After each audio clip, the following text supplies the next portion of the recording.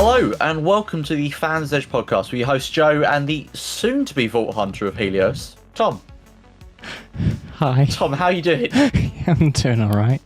That's a throwback to when I was streaming pre-sequel Borderlands. I was going to say, I don't think you've played that recently, have you? No, I never finished it. Too much of a grind. No. Oh, okay. Yeah, no, I understand that. Well, look, we're here with the podcast today. Let's talk about the podcast. Yes. If this is your first time listening to Fans Edge, this is all about discussing our different fandoms from gaming to Star Wars and beyond that really as well. But sit with us for an hour and a half, 2 hours, and we will ramble on about all the things that we love, try and bring you some news, and just have a grand old time in the process. So stick with us and I hope you enjoy it. Today we're going to be talking through the latest gaming releases. It is a staple to start off the podcast. Mm-hmm. We're going to go through the Xbox business update. There's a couple of juicy little things in there. Some Star Wars news. There's a few things to talk about.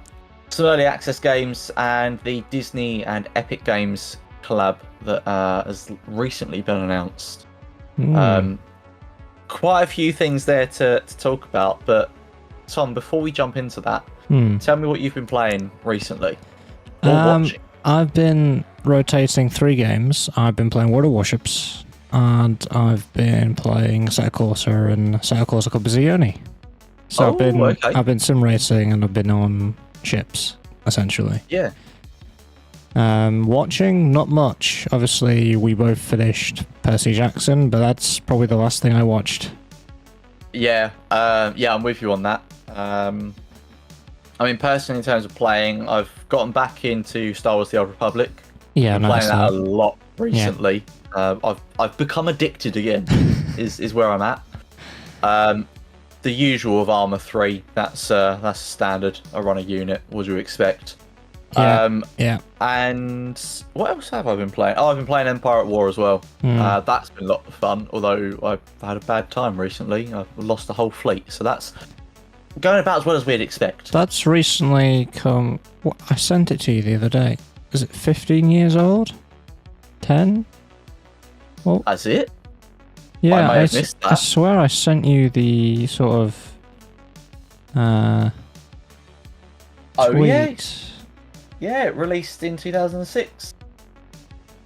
Yeah. On the 16th of February. Wow. Okay, well, there you go. Yeah, all right, I've forgotten about that. But yes, okay. Yeah, big year for Empire at War. But yeah, in terms of watching, as you say, Percy Jackson, absolutely loving that. I've also been watching and have finished, well, not finished. I've watched all of what's on Disney Plus of The Good Doctor. Ah, okay, yeah. So yeah, I've been watching that, but they've only got like the first 3 seasons. That's with the autistic doctor, isn't it? Yes, it is. Yeah. Yeah, really enjoying that. I think there's another 3 seasons. I'm hoping they'll put them on Disney Plus soon, but yeah. I'm a bit stuck at the moment. Just going back briefly to you playing the Old Republic, I still think the cinematics that BioWare made for those are the best ever created. Far. Watching those every few years or every year, I binge watch them all again because I'm like, they're so good.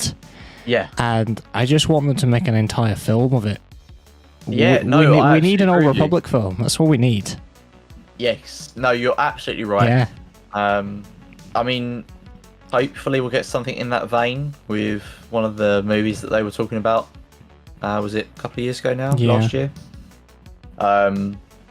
Because it is that sort of that first Jedi film, so maybe it'll be. I mean, obviously a bit earlier than that, but that kind of period, that kind of era. Yes. But yeah, right. Look, we can ramble on about all the things we have done, but we've got topics to cover. Why don't you kick us off with some gaming releases? Yeah, if you're new here, I'll be covering the vast majority of game releases. They might have already released by the time you're listening or watching to this on YouTube. But I'm going to go through what they are, what platform they're for, and a little bit of what it is.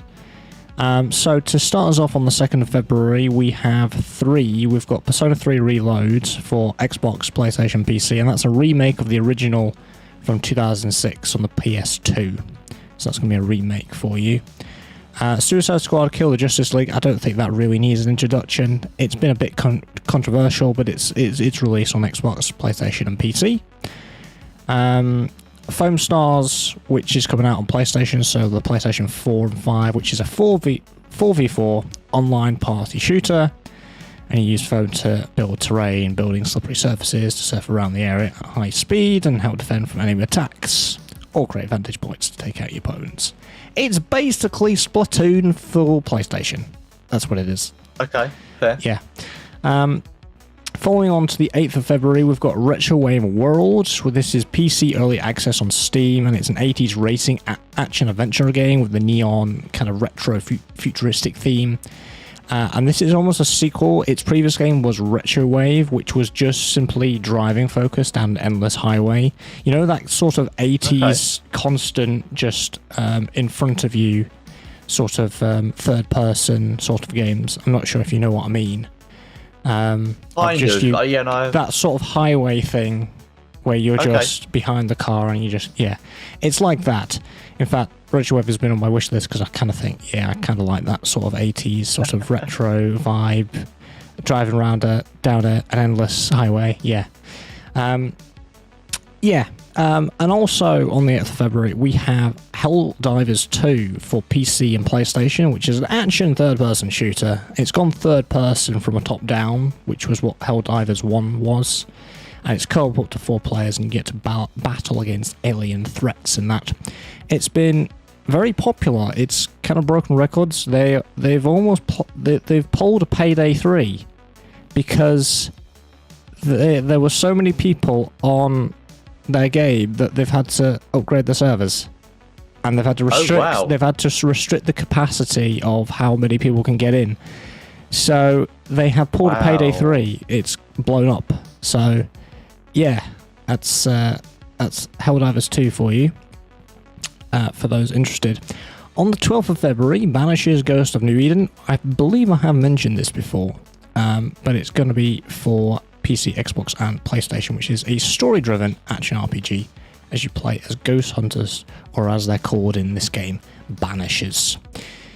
On the 14th of Feb, we have had Deep Rock Galactic Survivor. Now, this is almost a sequel to the previous game of Deep Rock Galactic, and this is going to be in PC Early Access. This time, it's not a first-person shooter, a co-op first-person shooter.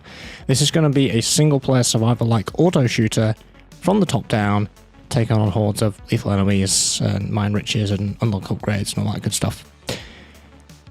Finally, on 14th of February, we had the Tomb Raider 1, 2, 3 Remastered. Now, this is the old OG Tomb Raider, all on all platforms. So, PlayStation, Xbox, PC, and Switch. It's got upgraded graphics and performance enhancements, and complete with all expansions and secret levels all included. Then, on 15th of February, we have Goat Simulator 3's Steam release after its Epic Games exclusivity. I don't think Goat Simulator needs an introduction. I think you know what it's all about. It's all about being silly, being a goat. What more do you need? I remember when they did a Payday 2 collaboration. There was a heist for Payday 2, and they had the heist was basically transporting the goats because the goats had drugs inside of them, and it was taking them from I think it was a cargo lorry, then putting them into a car, and then it was quite fun. Okay. Yeah. Okay. 16th of February, we've got Mario vs. Donkey Kong for the Switch, obviously, because what other platform would it be on? And this is another remake of the 2004 puzzle platform game. On the 16th of February, finally, Skull and Bones is released. PC, Xbox, and PlayStation. It's a third-person ship-focused pirate game. Kind of think Assassin's Creed Black Flag. It's got reputation levels and upgrades and missions and all that kind of stuff. It's been in production since 2017, I want to say. It's probably the most delayed game I've ever seen ever. Is get delays and delayed and delayed. there's games that get delayed years, but then there's Skull and Bones that gets delayed numerous times over a period of time, and I think that takes the hat for that. That's almost a decade that's been in development. Yeah, and it's not been that well received. Wow. I played the closed beta. There wasn't a recent open beta. I played the closed beta. I must admit, it was fun. I enjoyed it, but I wouldn't go ahead and buy it. But it had the sort of elements of pirate ship sort of stuff that would be inspired from AC Black Flag, and I think honestly, Sea of Thieves was inspired by AC Black Flag anyway. Just Ubisoft wanted to do them. I mean, everyone's asked. Anyone that's played Black Flag would agree. Oh, we've wanted this for years, but it's probably not the same, unfortunately. Right. Yeah. On the 20th of February, this is one I'm interested in. Le Mans Ultimate for PC Early Access is the official game of the FIA World Endurance Championship and the 24 Hours of Le Mans, which includes 12 cars, 7 tracks, which includes Hypercar, LMP2, and GTE.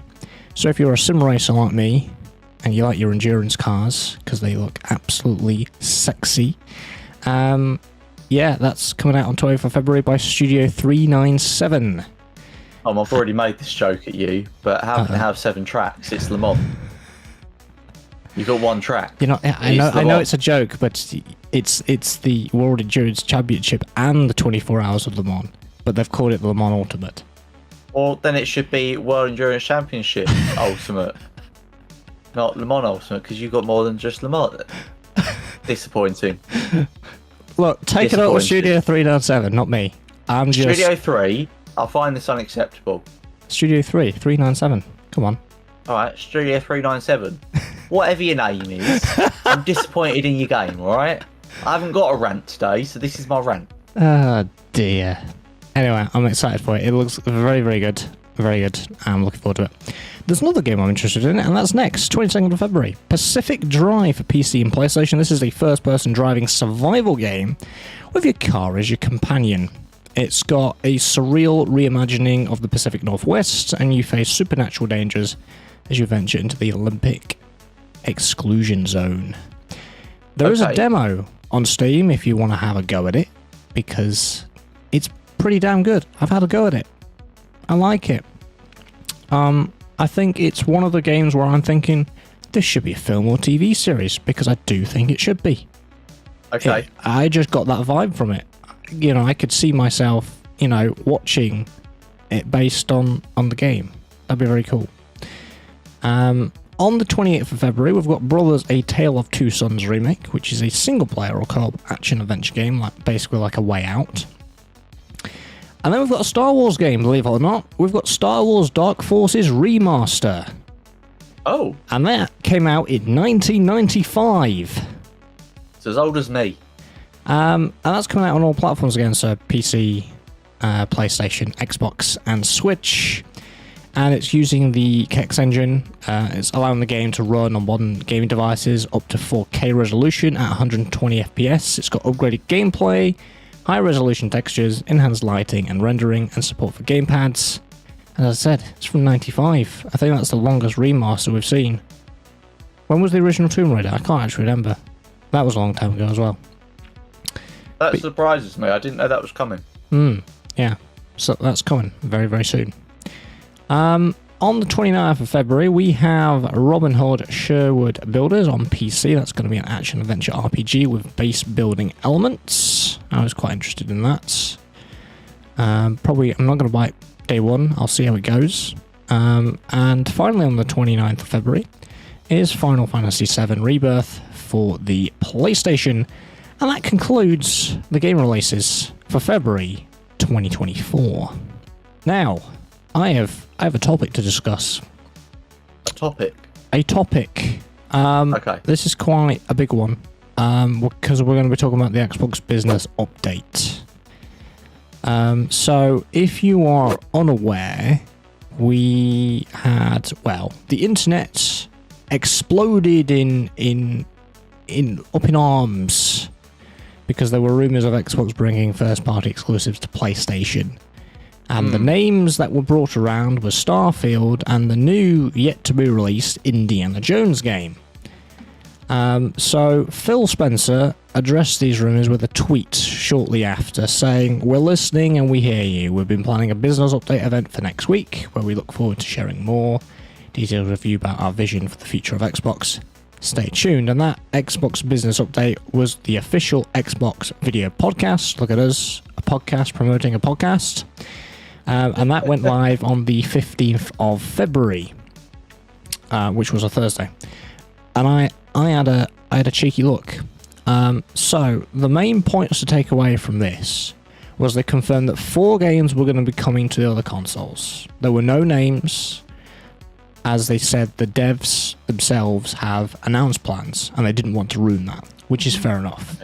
Yeah. What he did say was Starfield and Indiana Jones is not within these 4 games, which debunked all these rumours that all the journalists and Twitter keyboard warriors were going on about for the last however long.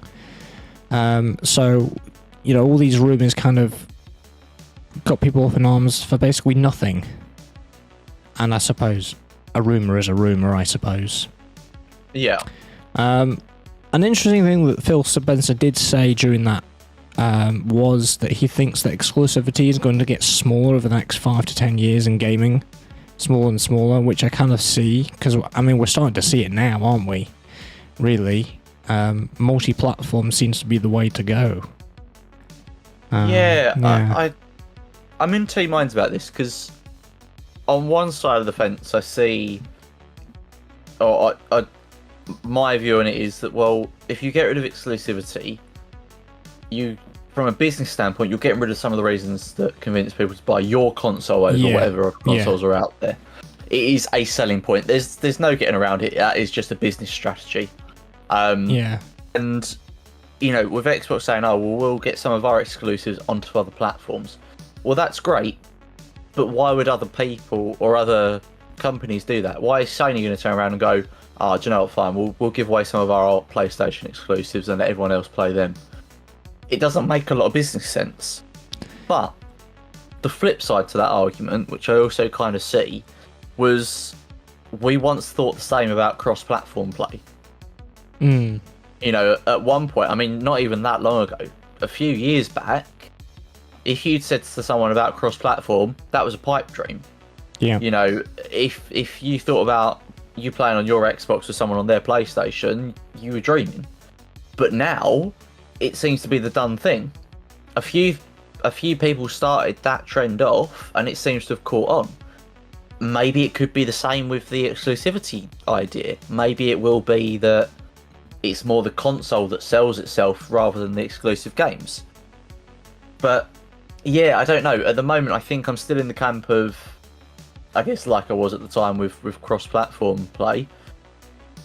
Getting rid of your game exclusives on your console is an odd choice. I don't see it myself, but I mean, it's not going to completely go away. It's definitely going to get smaller, as kind of what he kind of said, which I kind of get. Because he also said something else. He kind of said along the lines of, in the era of Xbox One or 360, the consoles kind of led the sort of were leading the sort of sales, but now it's the games that lead the sales. It's flipped itself on its head now. Rather than people purposely getting a console, it's people getting a console because of a game.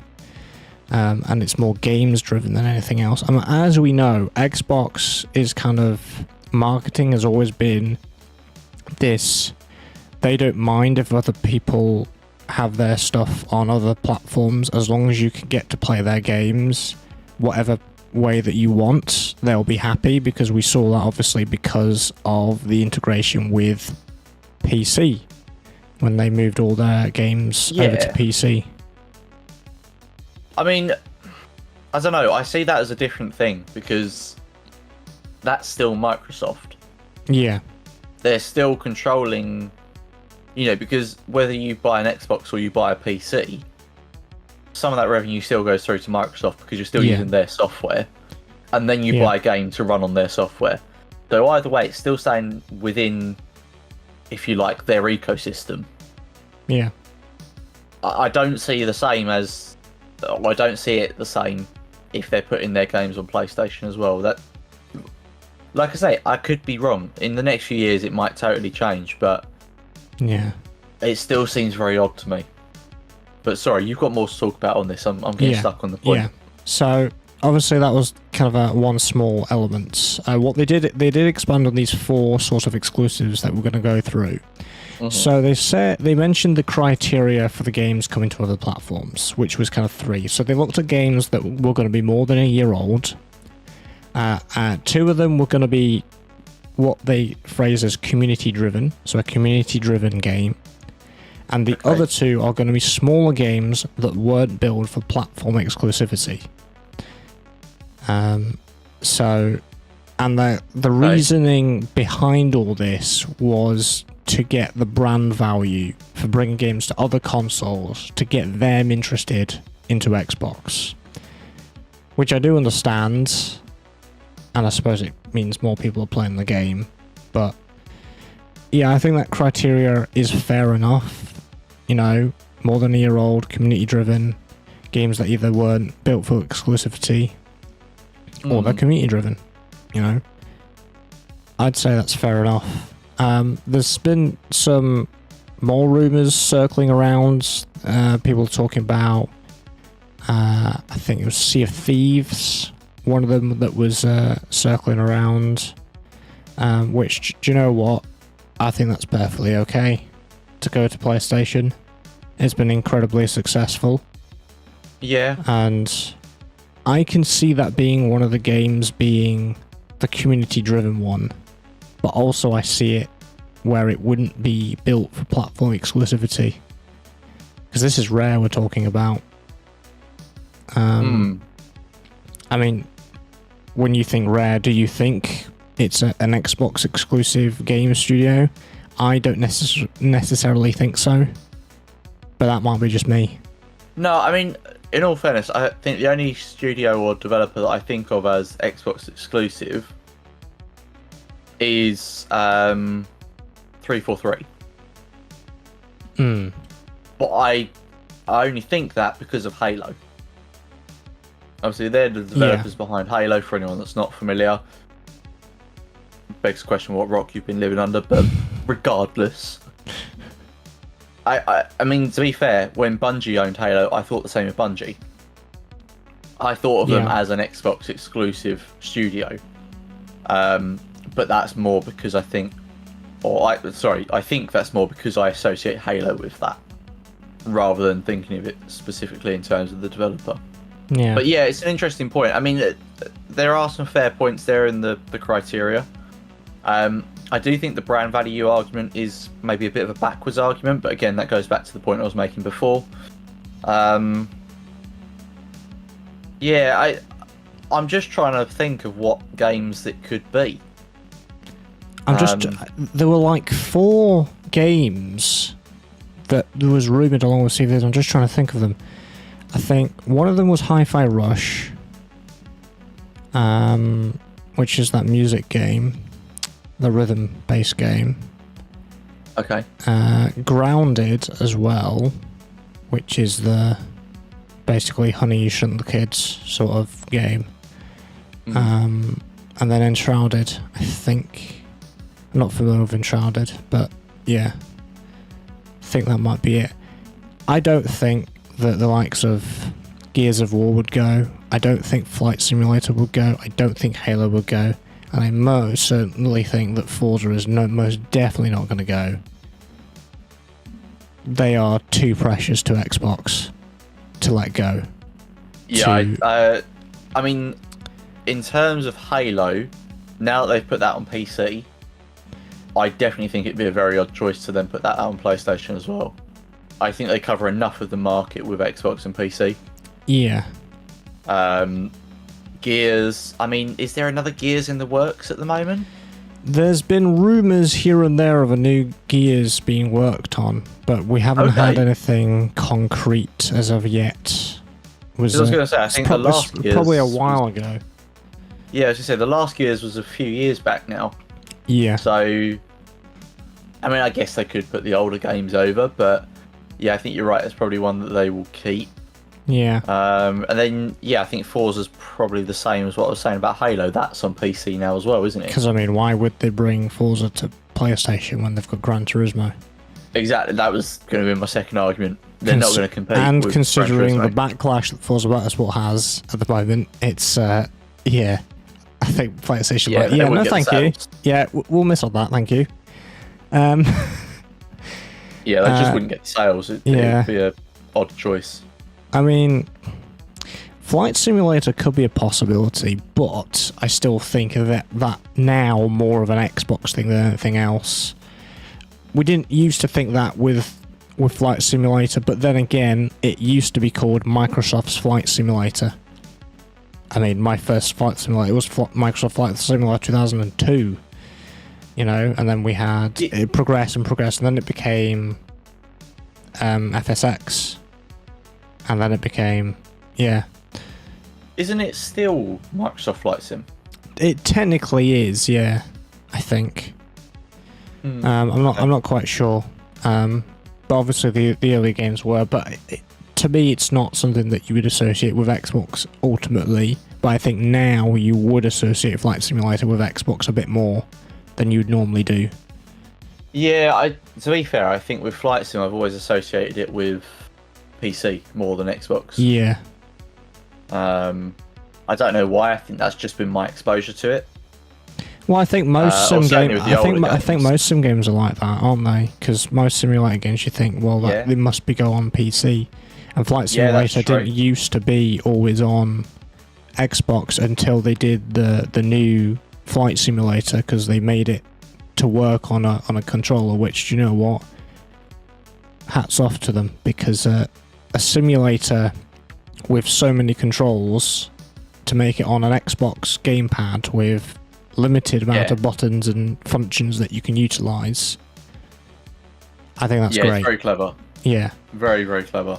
I do take it's the same with how it was a backup studio. It wasn't Colossal Order that did the console port for City Skylines as well. You think of a city builder like that, yeah, it works perfectly on PC, but on a console, a little bit more, I would say, challenging to put on a console. Yeah. The last sort of points that Phil Spencer and the likes of Sarah Bond and all that kind of mentioned was, first of all, Activision Blizzard games will be coming to Xbox Game Pass, starting with Diablo 4 from March 28th. So anything Activision Blizzard is going to be coming on Game Pass. So we might probably going to be seeing the likes of Overwatch, the likes of Call of Duty, all on Game Pass, which I would see as even more value than Game Pass has right now. Because think about how big Call of Duty is. Yeah, you're right.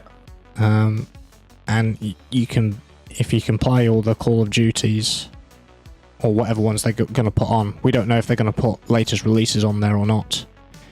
They might do, now that they've obviously acquired that.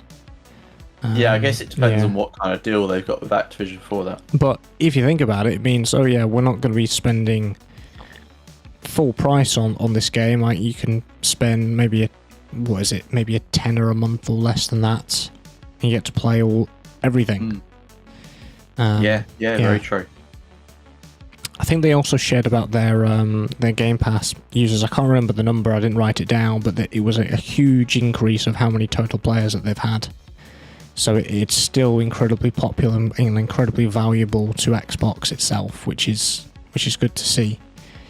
And then they mentioned something about hardware, because I think you might have heard that people have been saying, Xbox is exiting doing consoles, they're not going to be doing it anymore. I also heard some news that the Microsoft Surface team were going to be working on something of new hardware. Obviously, that was all a rumour that I read a few weeks ago, which was interesting. Okay. But what they shared was they're gonna be sharing some hardware news in summer. I'm assuming the June showcase, and they're going to be delivering the largest technical leap you will have ever seen in a hardware generation. That is a quote-unquote of what Sarah Bond said on that podcast. The largest technical leap you'll ever see in a hardware generation. That definitely indicates next gen is probably coming, or at least being announced in the June showcase this year. I find that very interesting. It has been a few years, but I thought maybe this generation might last a little bit longer, but we'll see. Well, yeah. I mean, not even on the time scale, but when you think about the supply issues that they had at the launch, both for PlayStation and Xbox, this is not exclusive to one or the other, but with the supply issues that they had, the very high prices still, and the fact that usually we get a, should we say, partial upgrade mid-generation? Yeah. Which we don't seem to have had. Like, I think of recent years, we're definitely moving away from this kind of every 5 years we get a new console. I think both PlayStation and Xbox are trying to extend the life cycle of a console as far as they can until they have to do a new hardware upgrade. But can you imagine if they somehow pull off this new hardware generation, get to pull off usually someone compares the console to a low-end PC, don't we? Yeah. What if they could up that to a medium budget PC for the same price? Could you imagine if they pulled that off? Thing is, I'm just thinking of cost. Yeah. It would either... I mean, that's what I mean. If they can get the value to ratio right, I mean... Yeah, but this is my problem, I guess, is that, yeah, it'd be great if they can pack all that into a console, because that's really going to put consoles on par with PCs. Yeah. But, I mean, I've been looking at picking up an Xbox One. Xbox One? Xbox One. Xbox Series X. I know what I meant. I've been looking at picking one of these up, basically since they've come out. Yeah. But, I mean, looking at them new, they're still like 430 quid. Yeah, I think... I don't have that kind of money to spare, so I keep putting it off, and I keep looking for like refurbished ones, second-hand ones, trying to find a way to get them cheaper, because I just can't afford at the moment, joys of adulting, to get one brand spanking new. Yeah. If they're going to improve the consoles, I mean, if we're already at 430 and they're going to make a massive upgrade, bear in mind it's not come down in price since it come out. So, let's say they do bring a new one out. This is still at full price. Alright, it might get discounted now because a new console comes out. But the new console is going to be more than 430 quid. Yeah, probably. You know, because they're only going to discount that to sell off the old stock of whatever they've got made up. Yeah. The new one is going to be more than that. So, what are we talking? 500, 600, 700 quid? Who's got 700 quid to drop on a console? Yeah. I think this is actually this is a bit of a concern of mine. They're going to start pricing people out of the market. Yeah, maybe. You know, certainly when I was younger, we couldn't afford to spend that much on a console. You know, if you've got to save up pocket money or whatever, you've got to do some odd jobs to earn a bit of cash. No way you're getting a console. Yeah, I mean, that's just me thinking out loud, you know, to that quote of the largest technical leap. That's the thing I instantly think. Yeah, I agree. Are they upping the specs somehow? Well, it would have to be. What else is going to be a technical leap? It's going to have to be. Yeah. And if they're saying in a hardware generation as well, as I can see you've quoted on our notes, that's going to have to be technology. It's going to have to be. It's just, I worry it's going to price people out. It's going to make the barrier of entry to gaming too high for many people. I mean, well, they've sort of done that with the Xbox Series X, but you also have the lower version with the Series S, and I think that's why they've done it. So you can still have an Xbox, it's just not as powerful, and then here's the upper, more supreme version. I don't like that either. I think PlayStation is better with this, although they're still a little bit cheeky. I'll come back to that though. Yeah. The Xbox Series S doesn't have the disc drive. So you are bound to buying full price games from Microsoft directly, because you can only download it to your console. Yeah, unless you find a key site that has a key for it, but yeah. Okay, yeah, I guess that could work. But again, you're still going to be paying near full price, or you're going to be waiting forever to get games. Yeah. The benefit of having a disc drive, which has always been a benefit, is you go and pick one up second hand. You go and pick up a pre-owned game. It's a hell of a lot cheaper. And again, certainly for lower income families, it's a much more manageable way. Yeah, you might have to wait a little bit to play some games. But, I mean, I certainly know people that went out, bought games, completed it within a week of it being out, and then went and traded it in. Yeah. Because they went, well, I've done it now. I'm not interested anymore. I want to move on to the next thing. Yeah. Alright, it's still close to the start of the release cycle, so it's still going to be quite high, but it's a little bit cheaper than buying a brand new game. This helps people out. This helps families out. Yeah. Again, I think it comes in. This is why I think PlayStation does this a little bit better, because you can buy their cheaper version of their console, which doesn't come with a disc drive, but you can buy the disc drive separately. Ah. So if, say, in 6 months or a year's time, you go, do you know what? I've been enjoying this. I've spent enough money on the PlayStation Store, but now I want to be able to buy some second-hand games. You can do that. You change the faceplate, put the new one on, you've got disc drive.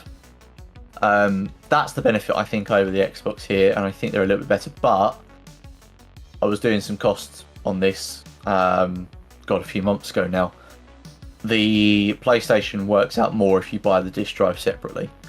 Yeah, I thought it would be. Yeah. Yeah, if you buy it with the disc drive to start with, it's, I can't remember how much it was now, but it's like 30-40 quid cheaper than buying one without and then buying the disc drive later on. Yeah. But yeah, that's my issue with this. I know a lot of talk at the moment within the industry is they want us to move towards a more digital world. Yeah. But as I say, I think that poses a problem for a lot of people.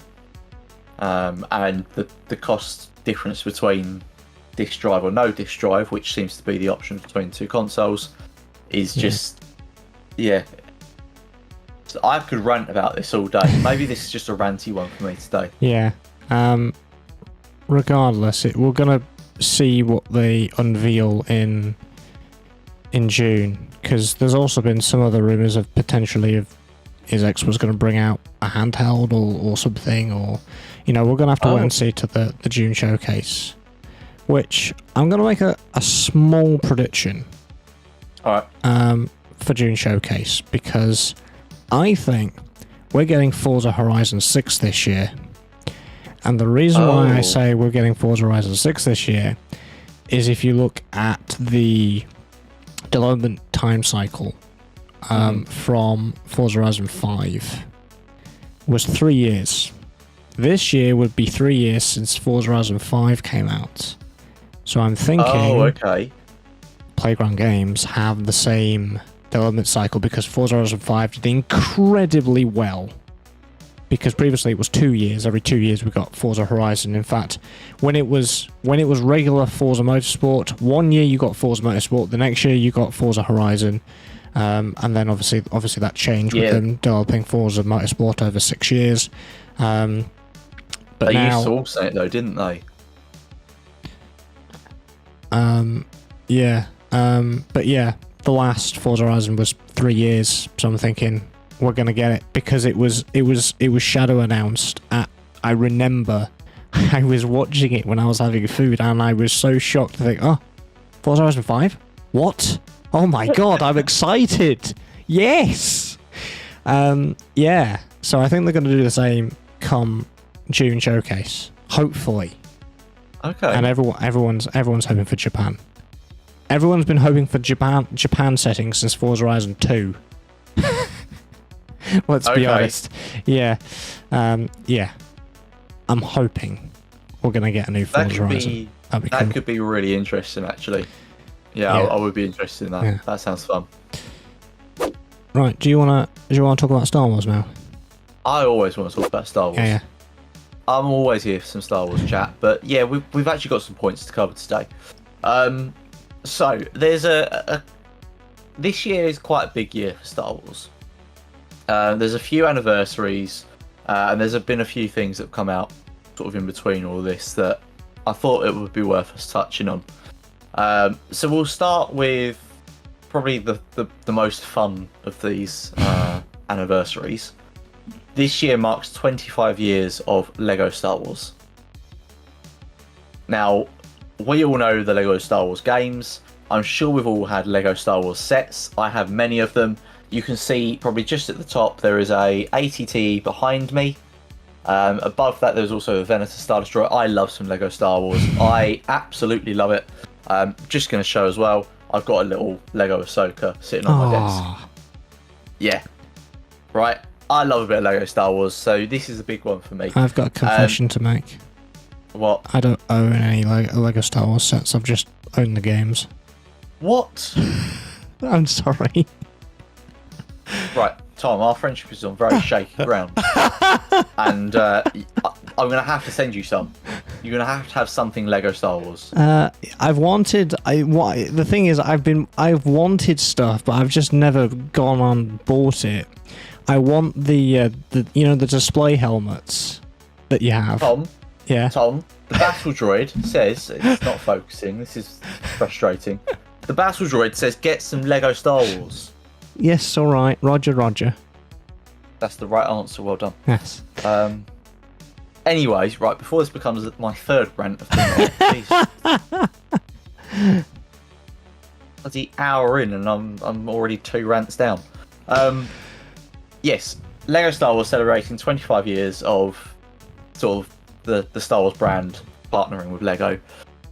They've announced some anniversary sets to sort of commemorate the year.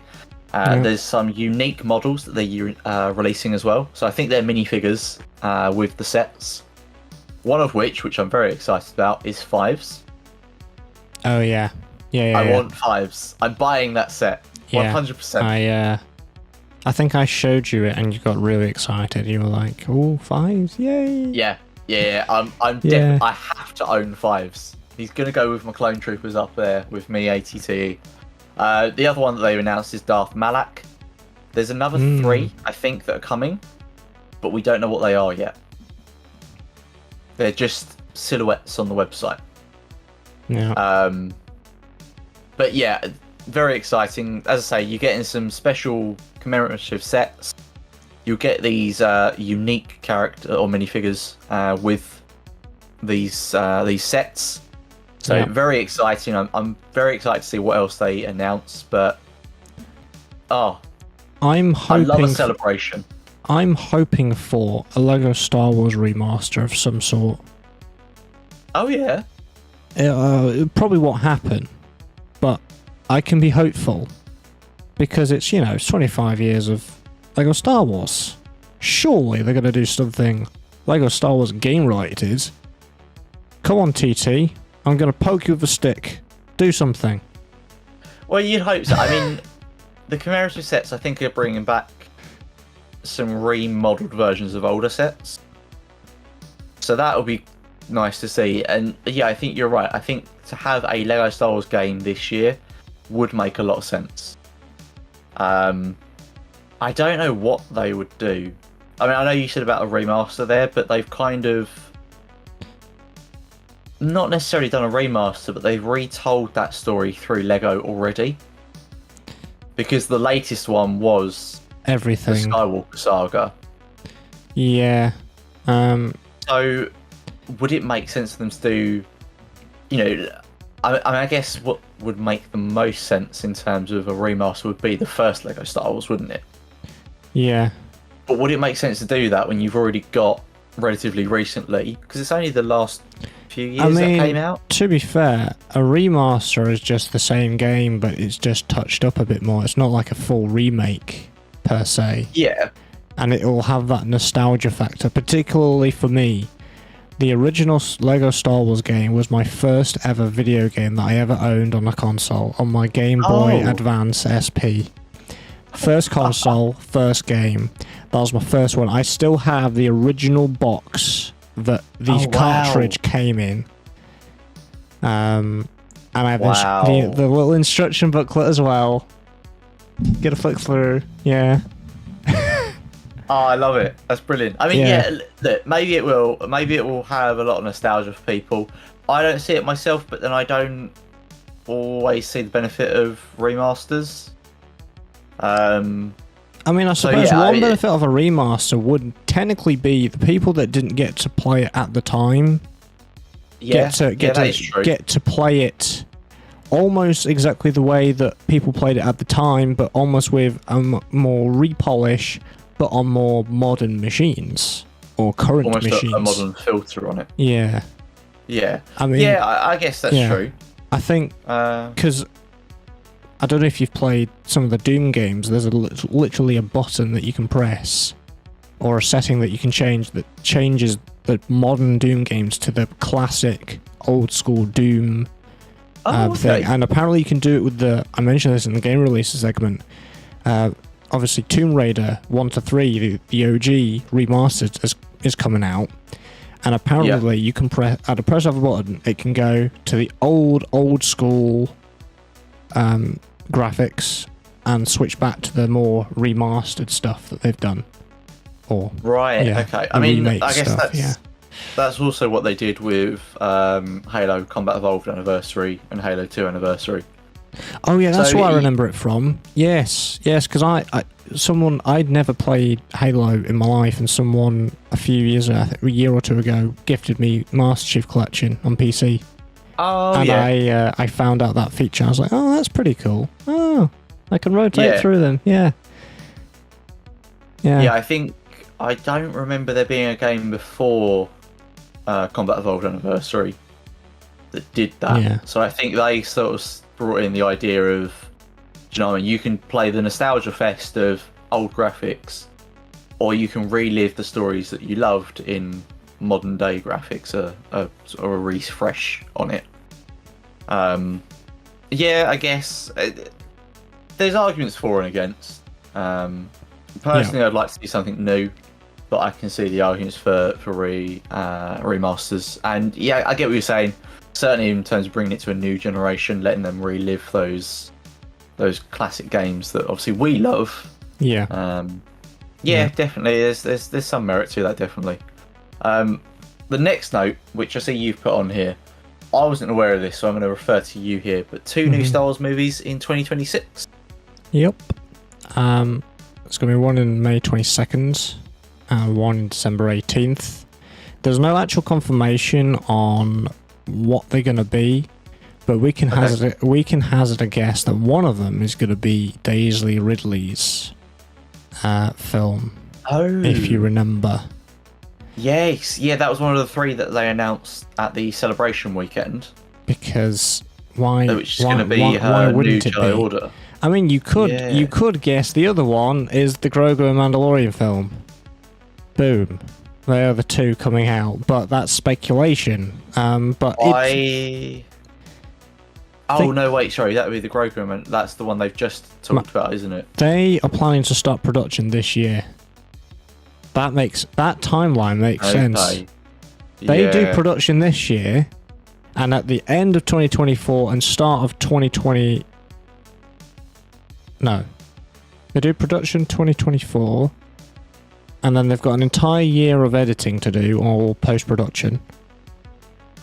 And then comes out in 2026. That makes sense, relatively. Yeah, no, you're right. The timeline tracks. It depends on where they are in terms of writing as well. Yeah, some of that could be because writing it might time change as well, and production might get pushed back and stuff. Yeah. That's possible. And particularly with timings, because I don't know if you know, Pedro Pascal, if he is going to continue doing Mandalorian, obviously we've heard stuff that he might not be and all this kind of stuff, but he's been cast as one of the Fantastic Four in the new Marvel film. So there might be a certain clash, or they've already established that, and they're like, well, we're going to put it in 2026. But regardless, we are a couple of years away from a new Star Wars film, which is exciting. Actually, it's funny you mentioned about the Fantastic Four. That's a good point, because they could be working it around that schedule. Because let's be honest, if they're going hard into he's not going to remove his helmet anymore, which is fine. Like, if that's the way they're going to play the character, that's the way they want to play the character. Yeah. But then if he's not going to do the actual physical side, they can do all the filming and then get him in for voiceover work. Yeah. Get him to record his voice lines after he's done with Fantastic Four, and then they've just got to cut it over. That's what they did with Darth Vader in the original trilogy. It was I can't remember his name, but it was a tall Scottish bloke playing him physically on screen. Yeah. And then they got Billy D. No, is it Billy D. Williams? I don't know. I can't remember. But they got him in afterwards to record the voice lines, and then they pasted that over the top because they didn't like the idea of him sounding Scottish. Didn't think it fit the character. And to be fair, I'm glad they changed it. The Vader we got is fantastic, and we obviously all love that. But that's how they did it then. I can see them doing the same thing with Mando, definitely. You meant James Earl Jones, didn't you? Yes. Who was I thinking of? I think you mixed up James Earl Jones with the guy that does the clones. What's he called? No, that's D. Bradley Baker. Yeah. Who's Billy D. Williams? Was Billy Lando? Oh, yes. Yeah. Yes, he was. Billy something. I get names confused. I'm sorry. You kind of moulded two together, which is fine. Yeah. You know? Unintentional. I'm bad with names. So yeah. Anyways, yeah, I can see that. I'd forgotten about the Daisy Ridley film, but that does actually make a lot of sense, because I know they're starting on that at the moment as well, aren't they? Yeah. So yeah, that kind of all ties up. I can see those. I realise they're rumours. So again, listeners, watchers, take that with a pinch of salt. But that kind of tracks. I can see that. The next one is an interesting point. There are some reports, talking of the films that were announced at Celebration, there are some reports that the Acolyte may be coming out this summer. Yeah, we don't have much information on that. That's it, really. Yeah. Well, I just wanted to touch on it because it's an interesting point, because I've not really heard much about the Acolyte. I saw them talking about it at Celebration. Yeah, I was going to say, they brought out some of the actors and stuff. They talked about it then. Yeah. But then I've not seen any promotional material. I've not seen any interviews or anything. Well, that's what May Force for. Oh. Well, yeah. But do you know what I mean? Like, you'd expect to hear a little bit more about it building up towards it, and I've not heard anything. I'd actually forgotten about it. I mean, I'm excited because from hearing them talking at Celebration whilst I was there, it did sound really interesting. And talking about their characters, it got me interested in them. But as I say, because I've not heard anything since, it kind of has left my mind a little bit. Skeleton Crew's meant to be coming out this year as well. That's another one I'd forgotten about. With Jude Law. I think we know a bit more about the Skeleton Crew than we do about Acolyte. Didn't they talk about cancelling that at one point? I don't know.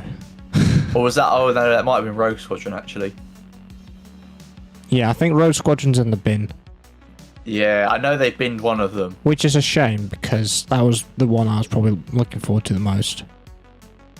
It certainly was an interesting concept. I don't know where it ranked on my list of excitement for Star Wars projects, but I'm always here for new Star Wars content. Always. Yeah, okay, so next point, because there's not really much else we can discuss on that. It's just a rumour. I'd like to see it, but yeah. Next point is, in terms of anniversaries, this is also the 25th anniversary of Star Wars The Phantom Menace. Now, I know that Phantom Menace does not rank highly in a lot of people's Star Wars lists. In fact, I think for a lot of people, it's still ranked quite lowly. However, this did kick off the prequel trilogy. We did get Obi-Wan Kenobi, Space Jesus.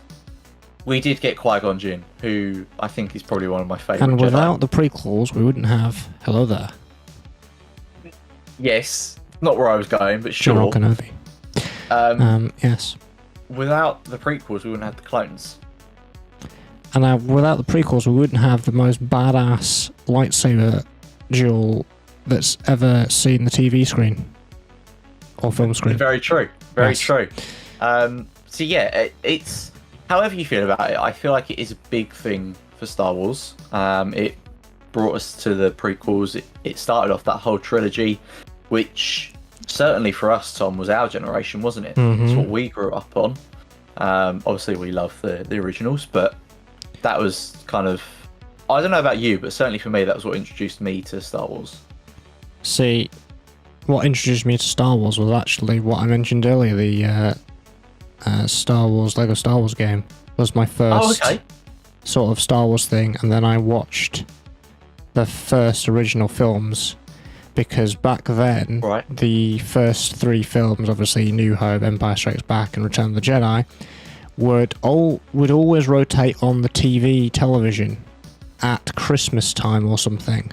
I don't know if you remember, years ago they used to rotate Star Wars films, and they always used to leave out Revenge of the Sith. So I watched every single one apart from Revenge of the Sith for so long, and then eventually they put on Revenge of the Sith. I was like, yes, I finally get to watch Revenge of the Sith. And it's probably become my favourite, coincidentally. Probably because you've seen it the least. Maybe, but I don't know, Revenge of the Sith just puts everything almost together. Yeah, that's the point. Bring into A New Hope. I mean, this is why they're broken up into trilogies, because they're told as a story over 3 movies. Yeah, totally right. But yes, in terms of that celebration, that 25th anniversary, quarter of a century, my God.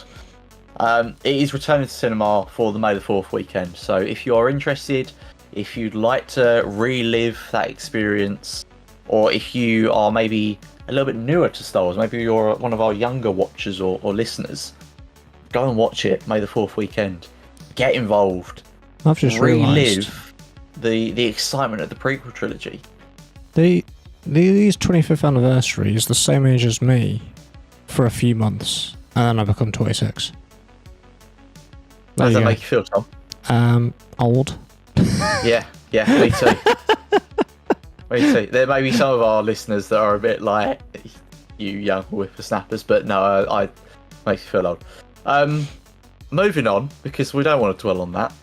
That's sad. The next thing that has come out this year, actually, I think it came out.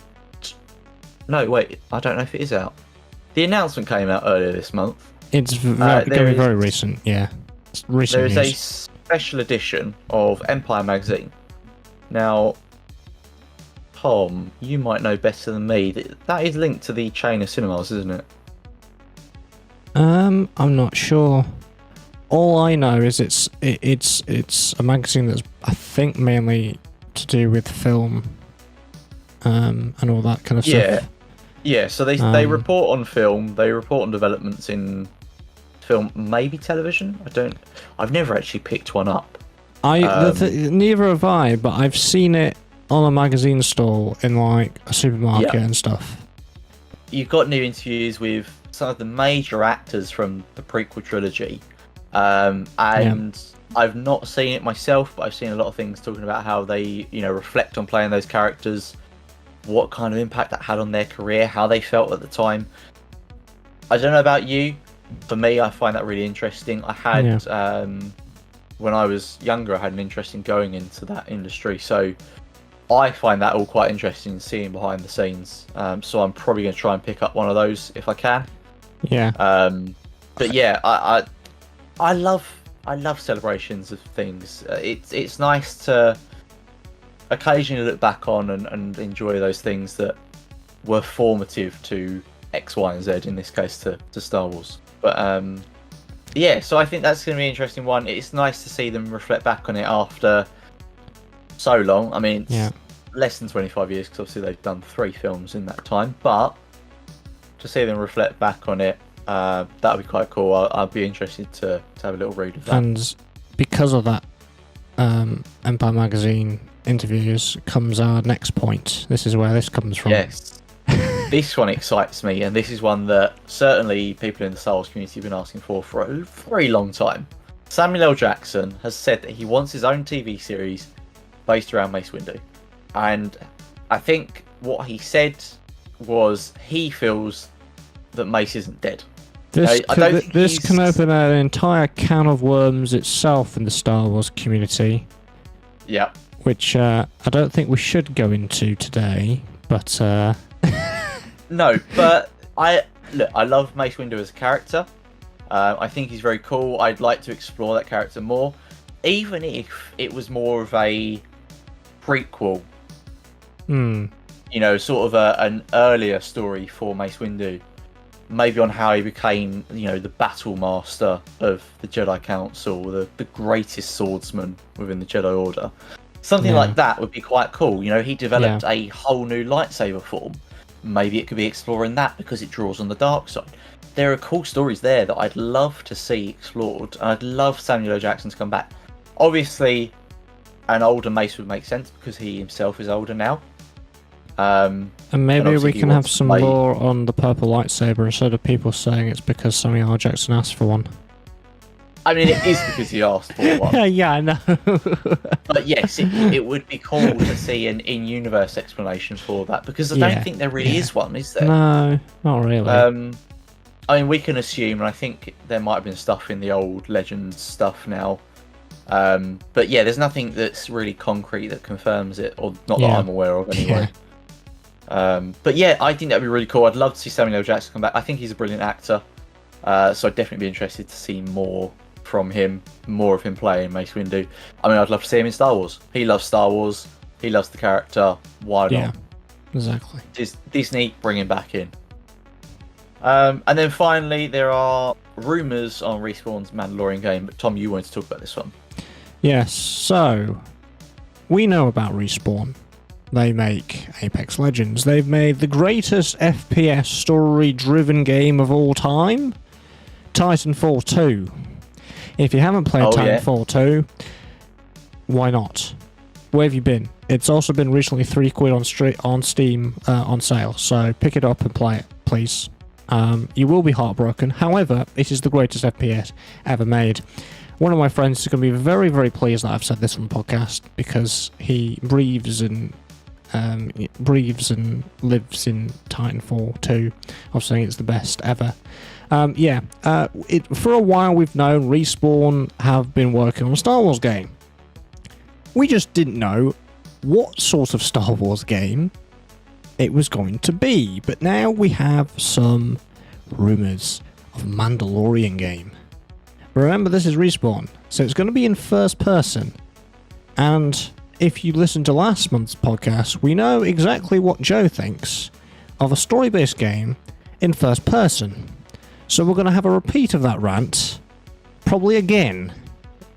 Don't get me started, Tom. We don't need rant number 3. Some people online have said, first person for a Mandalorian game, half of the point is to admire the armor, which I do get the point on. But if the studio's talent is strongest on that type of game, I don't have a problem with it. It's just like Indiana Jones. The Indiana Jones games, they were famous for FPS. Joe's bubble's gonna burst if I don't let him speak. I don't want to interrupt you. I feel very rude, but I'm just going to lean into the microphone because I want everyone to understand very bleeping clearly. We've talked about Halo. We have the Master Chief. The Master Chief is played in first person for pretty much the entire damn game. We don't see his armour except in the cutscenes. We don't need to be in third person. You can play first person. You can have a fantastic character. Master Chief, one of the best characters in gaming. Fantastic game series. And maybe I shouldn't have let him speak. it's right, Tom. I've got it out of my system. It's fine.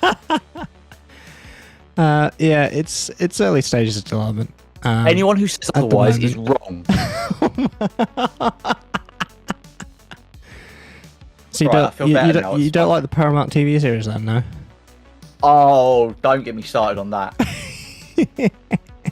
That's another rant. That's next month's rant. That is.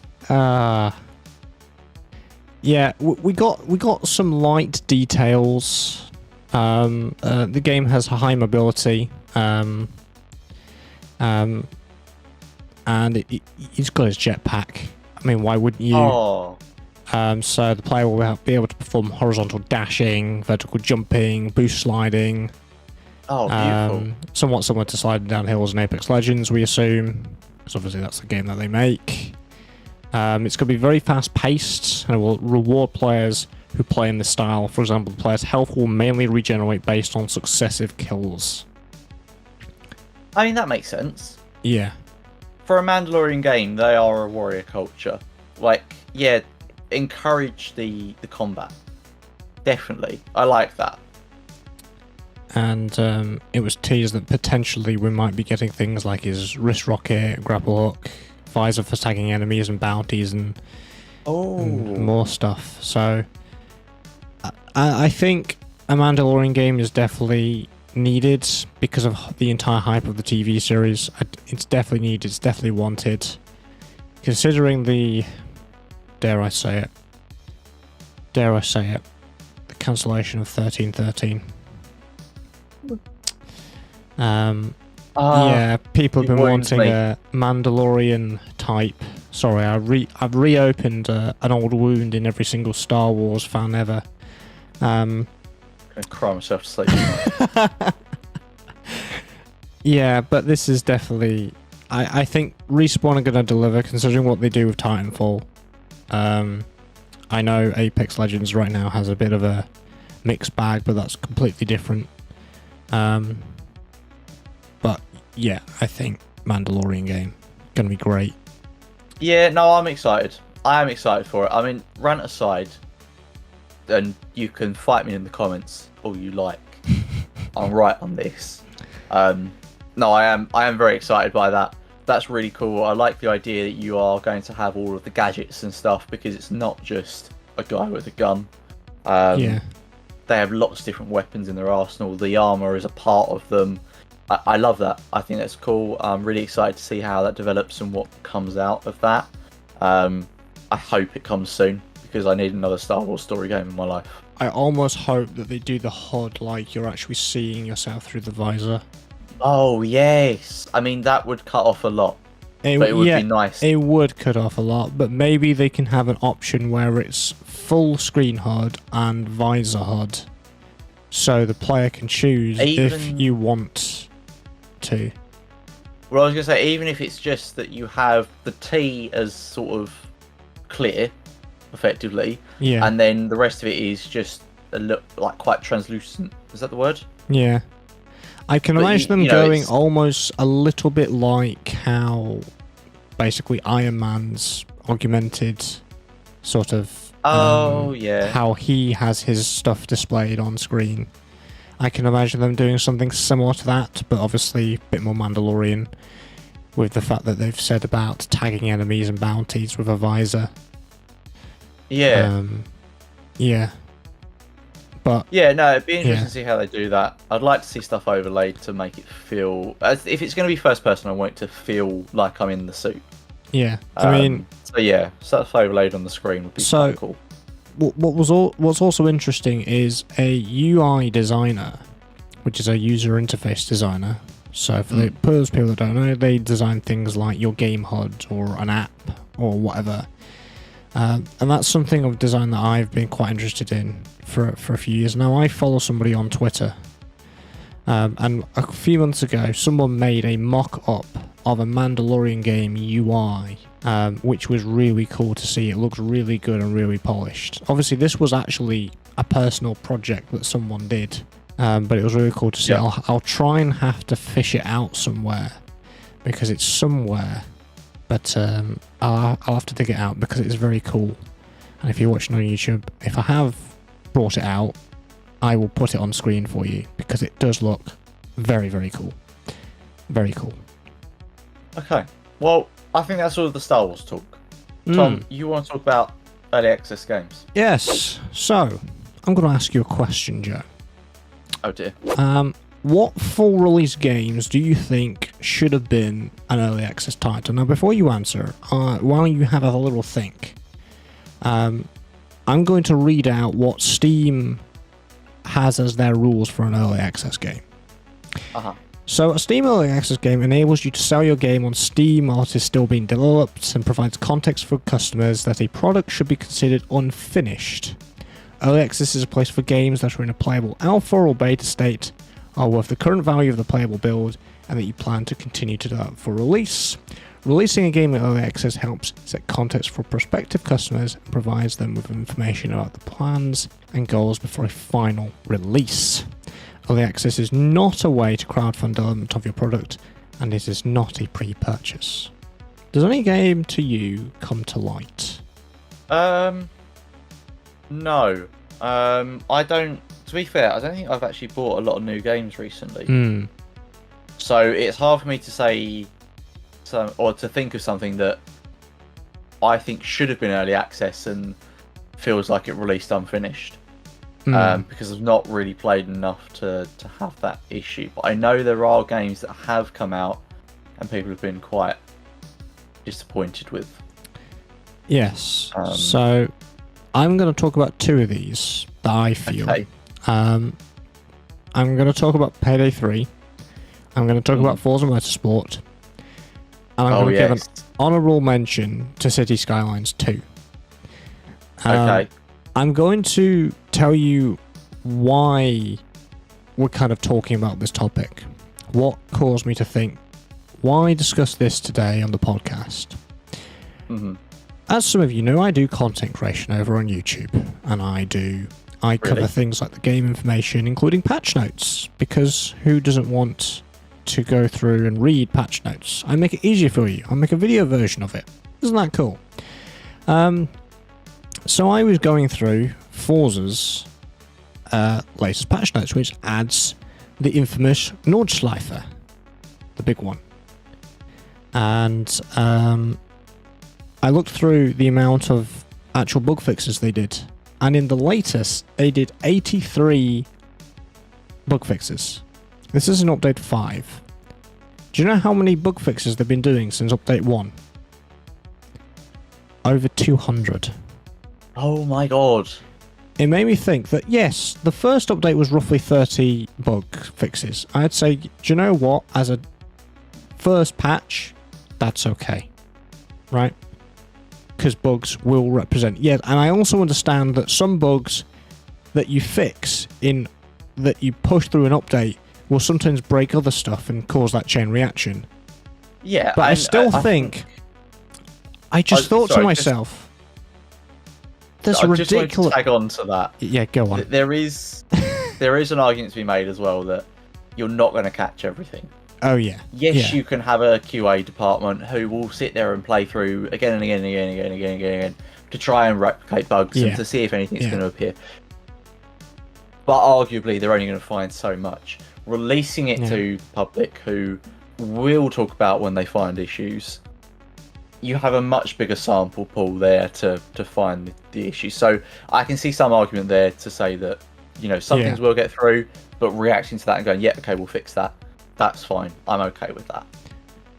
Yeah, so me just looking through the list of bugs for Forza Motorsport, let me just put in my head, I thought, why are there so many still? What's going on at turn 10 where the fact that they're still having to go through loads? I think it might be to do with the fact that they don't do quick hot fixes. They leave all the bugs to the big update that they do once a month, which I think is a little bit of a mistake. I think as long as it's fixed and you've done the entire process of a QA thing and it's been properly tested and it's ready, whack it out. So the last update was 8 gigs, for example. I mean, that includes all the content that they bring in, but still. Yeah, but that goes back to the definition of early access. That feels like an early access game. Yes, because rather than doing hot fixes to fix bugs, you're going, okay, we'll fix these, we'll put that fix in with the new content. That'll be the new build that you guys can, in an early access game, you say you guys can test for us. Yeah. It feels like you're testing an unfinished game because they're putting content in with the bug fixes. Yeah. Rather than reacting to the bug fixes as they come up. Yeah. Yeah, obviously I'm going to go into more detail about Forza Motorsport because I do want to talk about Payday 3 first. Yeah. Payday 3 originally wasn't going to be on this list. Payday 3 has just come on this list of, I feel that early access is warranted. Not in an incredibly negative way, because I like Payday 3, but in the way that the fact that they're changing so many systems based on community feedback. So I think that Payday 3 definitely was needing to be put into Steam Early Access because of this factor of they're developing feedback and they're having to change systems because of this. Like, completely overhaul systems, which I think is definitely warrants in that early access sort of thing that I read out earlier. Because that does feel like it's unfinished or untweaked because of that community feedback. Payday 3 devs, Starbreeze, they've been quiet for the last month. We haven't heard anything. We haven't had an update in probably a couple of months now. Since last year, we haven't had an update. They came out with Operation Medic Back, which, as you can probably guess, is them trying to fix everything, which is a good play on the game, essentially. Because a medic bag is something, obviously, is one of the gadgets you deploy. Very, very famous in the Payday. So this is their sort of summary. They grabbed community feedback and they're gonna work on progression, new content, UI revamp, stability, matchmaking and server browser, solo and offline modes, and they also have a list of goals that they'd like to finish by summer 2024. There's quite a few things here, so I'm gonna go through them. Quick play V1, loadout renaming, recurring small content drops, control improvements, vote kick, rotating stealth modifiers, unready button, play again feature, merge players into party post match, daily activities rewards, mass vendor with weekly rotating inventory, communication improvements V1. I'm not going to go into the detail of what they're doing with them. Obviously, I've made my own video on my channel for that, and isn't really for the podcast. But I wanted to kind of give everyone a perspective of what they're planning to do in this Operation Medic Bag. Just on the face of it, a lot of those seem like things that should have been in the game at launch. Yes, there is a lot of things that haven't been brought over from Payday 2 that should have been, which has been probably the main complaint between people on the community, and it's the reason why it just made me think, as soon as they put that in, as soon as they made that graphic and told on the social media of saying, yes, this is what we're planning to do, I thought to myself, this now seems like it should have been early access because it seems unfinished and they're still gathering community feedback, which is exactly what kind of Steam kind of say with an early access title. Payday 3 should have been early access because they're revamping so many things, they're having to change stuff, they're changing progression, they're including a solo and offline mode, which we had in Payday 2, got removed for Payday 3, and all these stuff just missing. Core features missing. You know? Yeah. It's just, yeah. I think it's important to mention here as well. We're not saying that developers shouldn't go and update things and change things based on community feedback. Oh, yeah. Yeah. Because there are times where you know, they put out a game, they go, this is what we've done, and the community goes, oh, I don't like that. Yeah. That doesn't work. That should have been like this from the start. And a lot of developers will listen to that, and at some point during the life cycle of the game will go, okay, yeah, we heard you. We've updated it. Here's the update. It's now the way that you've said that you would prefer it. And you know what? We missed that, but that's a good suggestion. So we've changed it. Yeah. And that's great. That's great. We like developers listening and responding to feedback. But I mean, Tom went through the list of things there for Payday 3. Maybe not all of those. Maybe some of those are things that they should, and rightly so, would react to and add in. Yeah. But some of those, or maybe even a lot of those, should have been in the game from release. You know, things as simple as a vote kick button. You know, an unready button. A play again feature. These are things that are in games from 10 years ago. Yeah. Why are they not in a brand new release in... Did that come out last year? September last year, Yeah, so a game that came out the latter half of 2023. We know this by now. Developers should know this. And yeah, this is where I see your argument that it probably should have been early access, because yes, there are things that, as I say, it's nice for them to react to and add in and so on and so forth, and improve the game based on player feedback. But there are a lot of things in there that I think is fair to say you think of as a very basic feature. Yeah, I think it's just that the whole volume of the amount of things that they're having to revamp or change significantly be based on community feedback. Obviously, I, regularly go on social media and have a look and see what people are talking about in the comment section when Payday, tweets and stuff. They're saying, why don't you have this, or whatever community discussion there is. And I think the most thing that I saw was probably the solo and offline mode, and some of the UI not making sense, and the way that the progression system worked, were probably the main things. But when they put them in a list like this, you actually realise there's a lot more than I thought there was, as just a general outside someone looking in to what the community wants, because they've obviously categorized everything and they've highlighted everything of what they want to work on. On one thing, it's great because some devs won't even go this far of saying, we'll work on all of this. They'll be a bit more stubborn and say, it's our game, we get to do what we want with it, you're just going to have to deal with it. But Starbreeze have said, we hear you, we're going to improve it for you.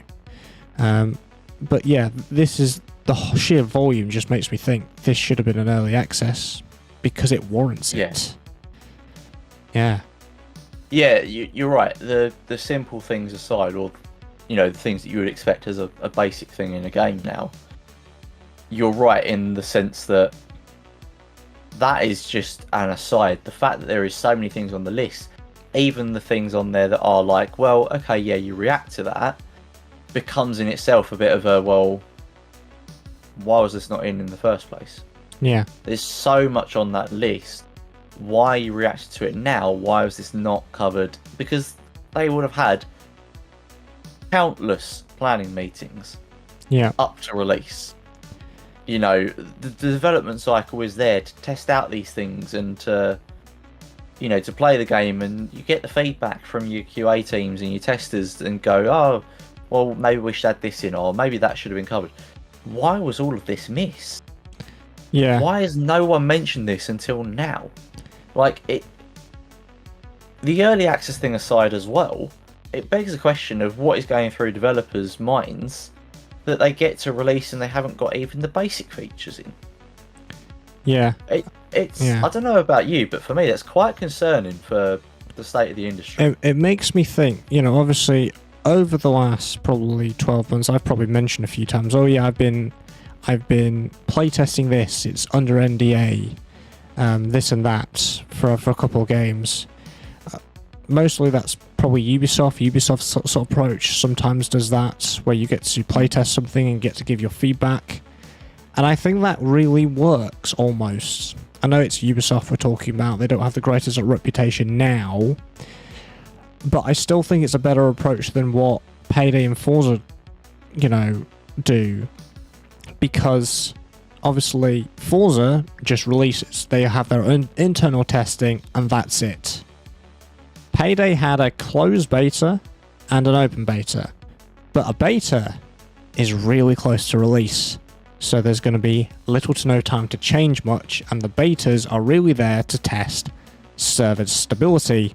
But even then, the devs still underestimated the server issues. Obviously that was a completely different thing, because they didn't expect the amount of players on day one hence why it crashed everything.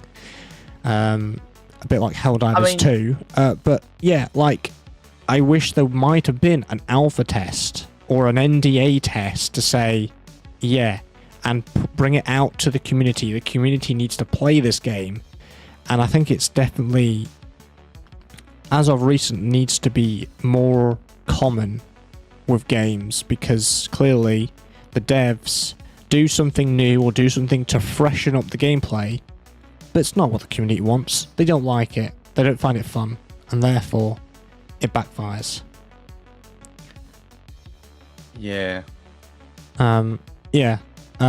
Just to quickly touch on the Forza stuff, for those that I'm going to briefly summarise what's kind of the problem with Forza, because obviously I've gone through Payday 3 stuff.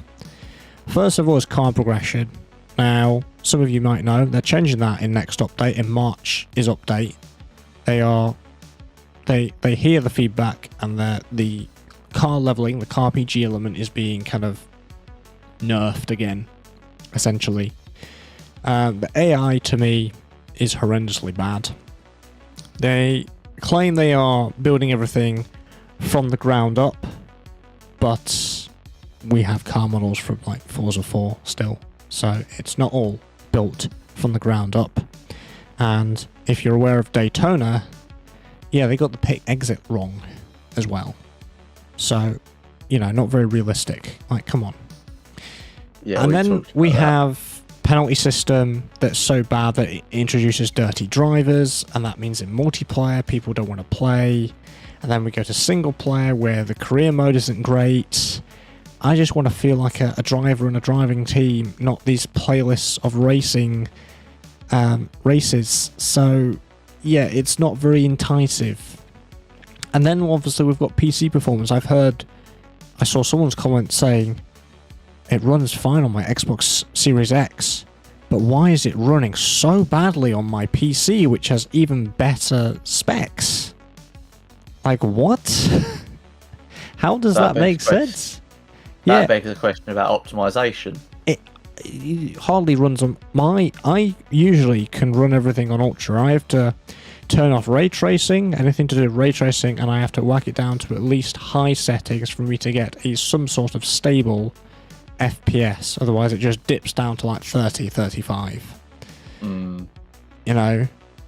Like... So, lots of those systems, as you can see, similar to Payday. It just makes me think, why wasn't this early access? Because it absolutely should have been. They worked 6 years on Forza Motorsport, and it's not been great whatsoever. Yeah. I know I've kind of already said it, but it does make you wonder what's going on with the industry when things like this get missed. Yeah, I understand they got to try and innovate, but... And these are mainly sequels we're talking about as well. Yeah.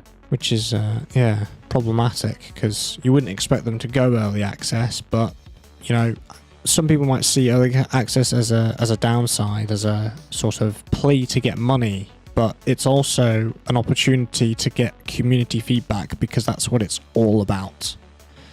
Yeah. You're 100% right. Let's move on to our final topic of tonight. And I'm aware that this might become ranty as well, but I'm going to try not to be ranty. It's the recently announced Disney and Epic Games collaboration. I've pulled it up on my phone just so I can look at the tweet again. And it's just closed, so I'll reopen it. So... I saw it posted on the Star Wars account on Twitter, or X. This was posted on the 7th of February, and they said that the Walt Disney Company and Epic Games are collaborating on an all-new games and entertainment universe featuring characters and stories from Disney, Pixar, Marvel, Star Wars, Avatar, and more. Now, I've not seen any further news on it since that. I don't know if you have. No, I know a few articles have kind of put some information about it. It's going to be a persistent universe. It's going to be within Fortnite. Disney will invest $1.5 billion to acquire an equity stake in Epic Games alongside the multi-year project. So this is something that's going to be on several years. And they've described it as opportunities for consumers to play, watch, shop, and engage with content, characters, and stories from Disney, Pixar, Marvel, Star Wars, Avatar, and more.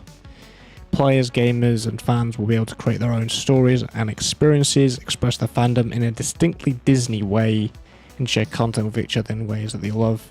This will all be powered by Unreal Engine. Now, on its surface, that's pretty cool. But I'm one of the people that doesn't really like Fortnite. I'm not a fan.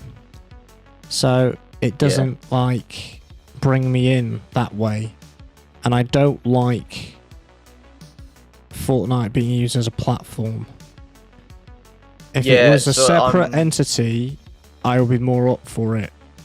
But because it's part of something else, I'm not sure about it. Yeah, I'm with you on that. I'm sorry, watchers and listeners. I absolutely detest Fortnite. I tried it. I cannot bring myself to like it. I don't like the art style. I don't like the gameplay. I don't like the concept. It grinds my gears. I can't explain to you why, but I detest it.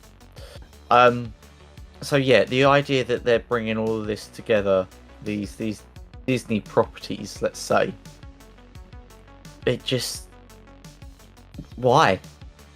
Who wants this? Who really wants this? Well, that was at least my reaction. I'm sure there's people out there that do want this. I'm sure that there's people out there that absolutely. You know what? This sounds like fun. But to me, I'm just like, don't ruin these things, please. Don't do it. I get the development from Fortnite being a game and then developing it into a platform, but it just seems, to me, Fortnite is always going to be a game, not a platform, but they're trying to turn it into a platform. Yeah. It just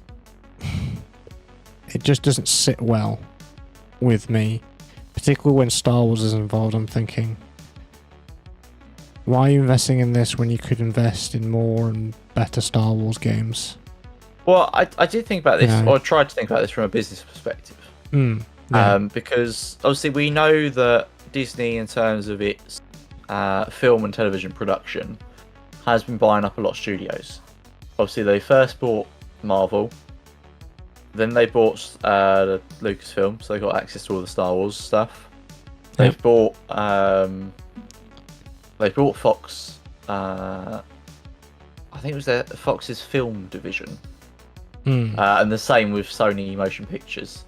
So they've bought all these IPs, these studios, and obviously got ownership of the IPs that they controlled, which obviously we've seen in terms of things that they've put out over recent years. And I mean, certainly from the Marvel perspective is why they're doing the whole multiverse thing now, because they can bring in the IPs that Marvel, the comics company, had previously sold on to other companies like Fox. Prime example of that is the recently revealed Deadpool and Wolverine trailer. Yeah, exactly. I mean, Spider-Man was one of them as well. But it's the fact that they're bringing it all together. They've obviously been buying up IPs and they're trying to control things.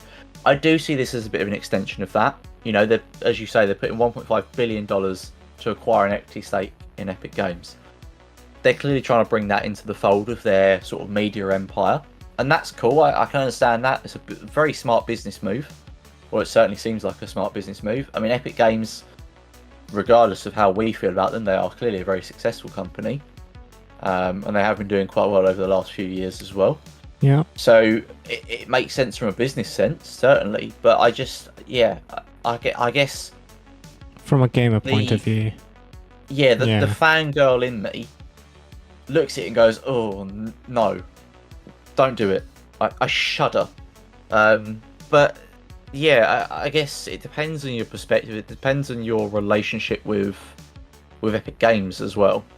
I suppose. I guess your relationship with Disney, because not everyone's going to have a positive opinion. I suppose if you're quite into Fortnite and you like it and all that, then you'll be quite This might be really exciting. hyped about this. Yeah, and I get that. But also remember what they did with that Lego building game that they released in Rocket Racing. You had to essentially download Fortnite to get into that. I didn't know that. Yeah, so they unveiled at the Game Awards last year about a Rocket Racing game. Obviously, I'm sure you heard that you can now build games within sort of the Fortnite engine, per se. Obviously, Unreal Engine, but yeah. you can do it within Fortnite. So they've made Rocket Racing and this Lego sort of building, Lego Minecraft sort of vibe sort of game where you build and craft and stuff like that, and a bit of survival in that. But it's not a separate entity, it's part of Fortnite, so you've got to download Fortnite, then get access to that. I don't like it when games put games within games. To me, they should have been a separate, because they're completely different things to me. The CEO of Disney said a couple of things as well. He said that our exciting new relationship with Epic Games will bring together Disney's beloved brands and franchises with the hugely popular Fortnite in a transformational new games and entertainment universe. This marks Disney's biggest entry ever into the world of games and offers significant opportunities for growth and expansion. We can't wait for fans to experience the Disney stories and worlds they love in groundbreaking new ways. And then Tim Sweeney, which was the Epic Games CEO, said Disney was one of the first companies to believe in the potential of bringing their worlds together with ours in Fortnite, and they used Unreal Engine across their portfolio. Unreal Engine's great. You know, it's great. I've used it myself to try and learn some level development. It's pretty good. But that last comment that Tim Sweeney said, Disney was one of the first companies to believe in the potential of bringing their worlds together with ours in Fortnite, and almost indicating about believing in gaming. There's something that contradicts this. Disney shut down LucasArts in 2013 in the $4 billion acquisition with 150 layoffs. Yeah. Yeah. Doesn't seem to add up, does it? No. And the quote from 2013 was, "We've decided to shift LucasArts from an internal development to a licensing model, minimizing the company's risk while achieving a broader portfolio of quality Star Wars games." And obviously that licensing model, as we know, did go to EA, and now it's open again. Yeah, no, I do have to say, it's obviously been 10, nearly 11 years since they made that announcement. Yeah. It could well be that in that decade, they've gone, do you know what, we made a bit of a mistake here. Yeah. Yeah, I have a feeling. We probably could have made a bit more money off this. I feel that Disney back then were one of the sort of people that you come across that just hates gaming and says, you know, get a real hobby, and, you know, why are you wasting your life away? But they themselves are watching TV and film at the exact same time as their sort of hobby. That's the vibe I got from that sort of thing back then, which I still think is still sort of relevant today, but less so. Gaming is a lot more acceptable today than it was maybe 10 years ago. I don't know necessarily, because there's plenty of Disney games out there. Yeah, absolutely. And you have things like Kingdom Hearts, which was massive, that utilised many Disney IPs throughout its storytelling. So I don't think necessarily that Disney doesn't believe in games, or certainly this is my perspective anyway. Yeah. But I do think that they've maybe come to realise just how much money they could have made by continuing to make films under these newer IPs. For a long time, games has made so much more money than the film and TV industry put together. Yeah, it's a more interactive industry, and there's a lot of replayability. You can only watch a film so many times. Once you've bought it, you've got it. But games obviously keep generating money, or they can keep generating money. Yeah. and certainly the way that things are going now. Like I say, I think it's a bit of a shift in attitude. I don't know if it's necessarily the right way for them to go, but then I appreciate that opinion is coloured by my own opinions on Fortnite and Epic Games. Yeah. I realise that my opinion is not going to be the same for everyone, and you guys are totally welcome to disagree with me on that. But yeah, I don't know. I don't hold much hope for this. And again, this is not a Star Wars specific thing, obviously. I know we obviously talked about it from the Star Wars perspective a lot. Mm-hmm. There are other IPs involved here, as we said. Pixar, Marvel, Avatar, they were all included in this announcement. They were included in the trailer as well. You know, I'm just not a fan. I'm just not a fan of Fortnite. And the fact that they're saying it's going to be built within the Fortnite engine, in air quotes, it puts me off. It actually puts me off. I hope that they don't put a lot of focus into this, because then I'm worried that we would then lose it on other areas or other developers doing other games. The popular sort of comment that I keep seeing, particularly under that tweet, was, no one asked for this. Where's Star Wars Battlefront 3? Yeah, I've seen quite a few comments like that. That's my concern. Regardless of my feelings about Epic and Fortnite, my concern is it will draw away from more mainline games. For want of a better term. I just... And again, that's across all of those IPs. You know, I love a Star Wars game. I'm loving the new Avatar game. I like Pixar, so to see some Pixar games would be quite cool. Yeah. You know, but the idea that we're going to lose out on those, that's... The idea that we potentially could lose out on those. Correct myself there. That's a little bit worrying to me. I don't know if you're in the same boat as me. Yeah, definitely the same. Because I'm just thinking that money could be spent on potentially doing stuff with other studios, collaborations with other studios for, you know, Marvel games, not just Star Wars stuff. Because we can all dream of all the Star Wars stuff that we can want, but think of all the other Pixar and all the Disney stuff that other studios could bring, you know, considering the success. I mean, I get it, because look how Fortnite's success is. It's massive. So they're trying to capitalise on it, which is, you know, fine, but probably not something that we would invest in at all. Yeah, I guess that is the difference, is ultimately Disney, at the end of the day, is still a business. Yeah. They've got to make money. They've got, you know, the bottom line is that they want to make a profit. And the more profit they make, the better their pay packet is when they go home at the end of the day. So I get that. From a business sense, it's a really, it seems like a really smart move. And from a business sense, I hope it does work out for them. But as a gamer who loves some of these IPs, I really hope it falls through. So we go back to the things that personally I think would be better. It's not to say that I'm right. This is the thing. This is all opinion. And I totally understand and appreciate that people will disagree with my opinion. In fact, I anticipate there might even be some angry comments at some of my opinions. And that's fine. Do you know what? You're welcome to disagree with me. This is the whole point. We can all have different opinions and we can all disagree on it. That's totally fine. But personally, I don't like it. I don't think my opinion on that is going to change. Okay, well, look, little bit ranty, I guess. We'll call that 3 rants this podcast. It's a hat trick. We're going to say thank you, guys. Thank you for coming and joining us for this podcast.